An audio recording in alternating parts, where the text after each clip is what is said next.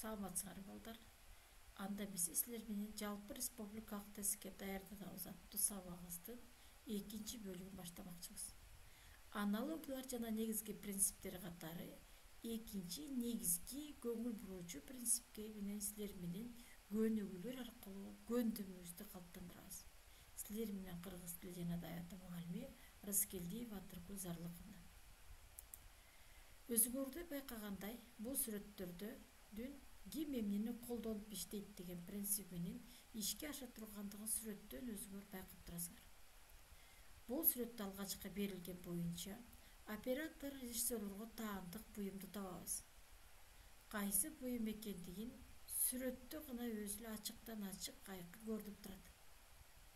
Демек, ушул кесипке тиешелүү буюм экендигин сүрөттө гана аныктоого болот. Ал эми бул жерде берилген жол инспекторуна гана таандык буюм катары бул таякчы экендиги көрүнүп турат. Же болбосо жезл деп аталат.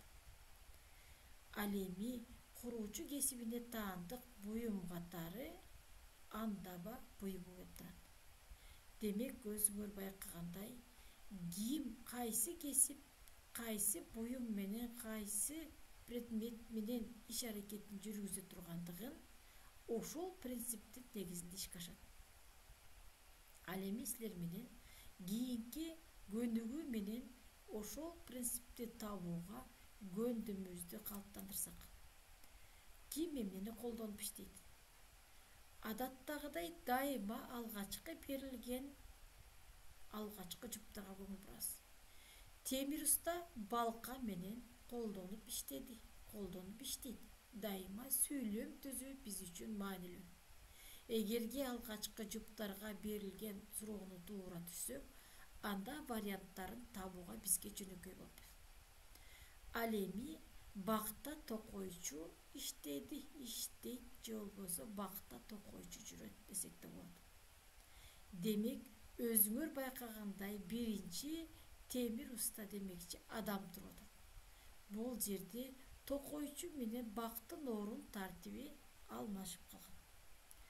Ал эми врач кесибине таандык шприц буюму турат. Демек, шприц жалгыз гана врачтарга таандык буюм катары эсептесек болот.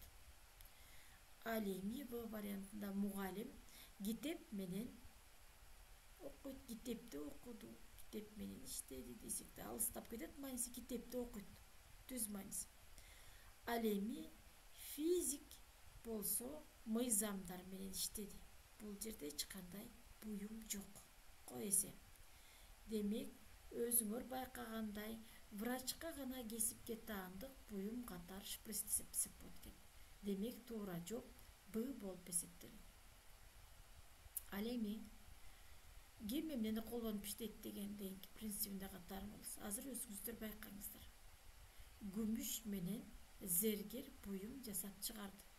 Же болбосо күмүштөн зергер буюмду жасайт. Же болбосо күмүш менен зергер иштейт.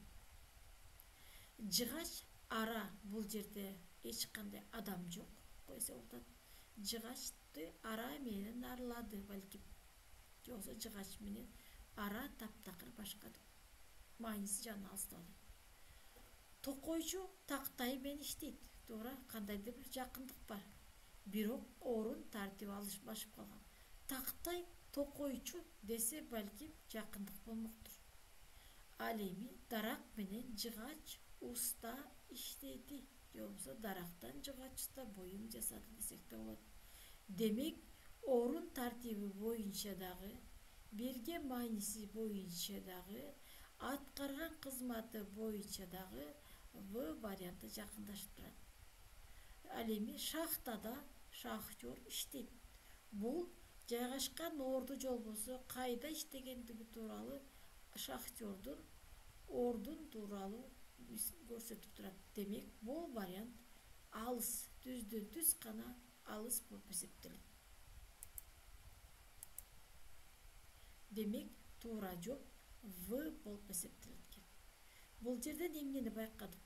Дайым эле ким эмнени колдонуп иштейт деген принципке айрым учурда карама каршылыктар бар экендигин байкайдык. Күмүштөн зергер бир буюмду жасап чыгарды деген сыяктуу. Тескерисинче зергер күмүштү колдонбогондо орун тартип алмашып калган.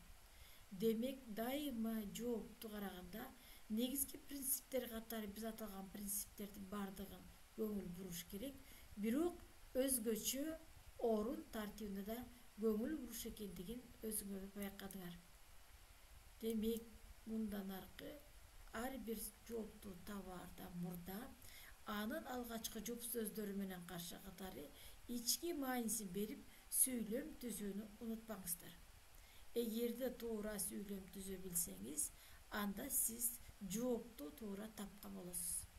Кийинки сабакта сиздер менен жолугушканча сак саламатта калыңыздар.